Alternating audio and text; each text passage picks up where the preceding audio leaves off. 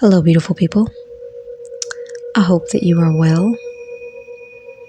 I received the question, who is the Savior of the world?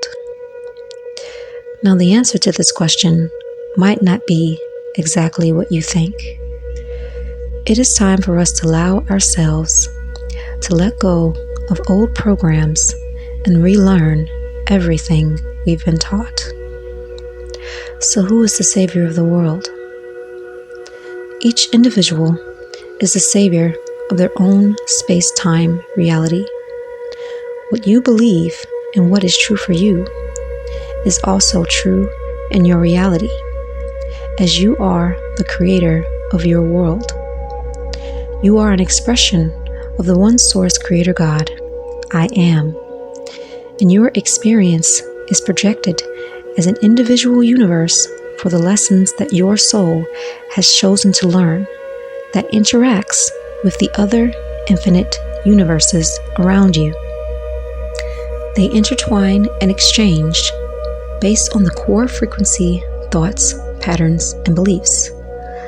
This is where the collective comes in, as each of you are experiencing your own universe in one playing field. The combined thoughts, feelings, and beliefs create the unified experience in that time-space reality based on choice. Because of this, it is the responsibility of each individual soul that makes up the collective to save the world. Because we are all one, nothing is outside of the self of the I am, the infinite one mind. In the mind of the I am exists all that is. And we are doing this together. This includes beings outside of your awareness that exists on other planes, the ascended masters before you, your angels, guides, your ancestors, you yourself, higher versions of yourself in other planes, beings who are in flesh and not in flesh. As a whole, we all carry the responsibility to anchor in and hold the light, to balance out the universe. Because the universe works in balance and always seeks to balance itself out. Light and dark exists within the mind of God like the yin and yang. Even if some souls choose not to follow this path of ascension at this time, that is okay, because there is no right or wrong. They will continue to learn and evolve in their own due time, as all souls eventually go back to God. It is about the rate in which darkness ripples out and affects the balance of the entire universe. If the dance between dark and light, the yin and yang, is in balance, and darkness is not growing in an over-excess, then it will not shift the entire universe into its polarity. This is why Earth is on the trajectory of ascension, as darkness on this planet has been snowballing out of balance. And the universe and its beings have come to its aid to prevent this from happening. There are souls who have been chosen and chose to volunteer to incarnate on this earth plane at this time to help assist in the ascension of the planet and her people to a higher plane of love, frequency, and existence. They are not better than other souls. They were just assigned this specific task and they chose to do it. To say that one person is chosen over the other person creates separation and is an illusion. We are all one. It is just that some souls have chosen other paths and there is no right or wrong. We can all answer the call and follow our hearts and carry out a purpose that aligns to love and is connected to our higher selves, the I am. Now, these star seeds who volunteered to come here incarnated into much lower frequencies of darkness, and most times were born into families with very toxic and abusive traits that have been carried from generation to generation.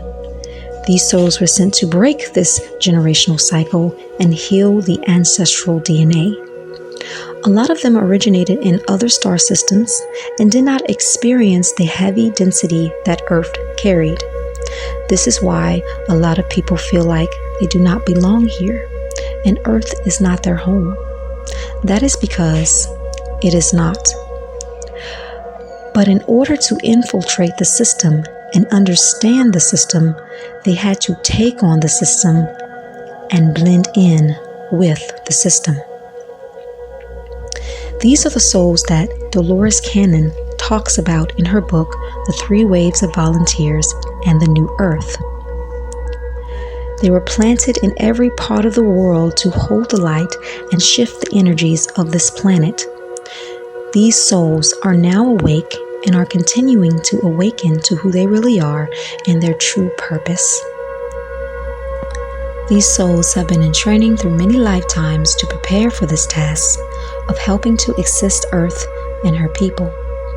And what you may consider testing is more like training, lessons, and making pivotal shifts in the energy field of consciousness.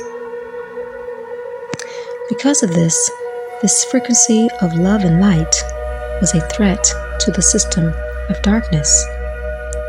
Of course, light warriors, starseeds, earth angels were going to be attacked.